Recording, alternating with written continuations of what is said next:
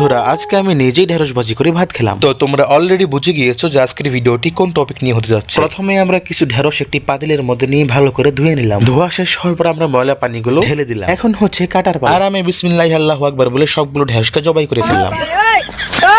মানে কেটে ফেললাম। এরপরে মরিচগুলোকে লম্বা লম্বা করে কাটলাম। প্রথমে তো আমি মরিচগুলোকে কুচি কুচি করে কেটে ফেলছিলাম।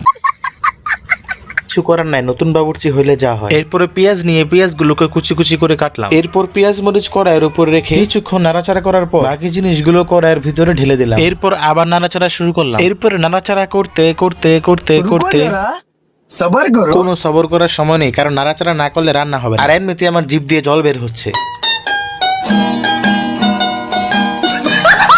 তো ফাইনালি বন্ধুরা আমরা খাওয়া শুরু করলাম। আমরা ঢেঁড়স ভাজির সঙ্গে মাছের ডিমও রেখেছিলাম। প্রথমেই আমার ছোট বোন খাবার শুরু করলো। তার খাওয়া দেখে আমি কি আর না খেয়ে থাকতে পারি, তাই আমি খাওয়া শুরু করলাম। খাবারটা খুবই খুবই খুবই সুস্বাদু হয়েছে। আর স্বাদটা বাড়ানোর জন্য একটু মরিচ কামড় দিয়ে নিলাম। তোমরা যদি এরকম ভিডিও দেখতে পছন্দ করো তাহলে আমাদের চ্যানেলটি সাবস্ক্রাইব করে দাও এবং তোমাদের বন্ধুদেরকে শেয়ার করে দাও। তো আজকের মতো বিদায় নিচ্ছি। আল্লাহ হাফেজ। তোমরা সকলেই ভালো থেকো।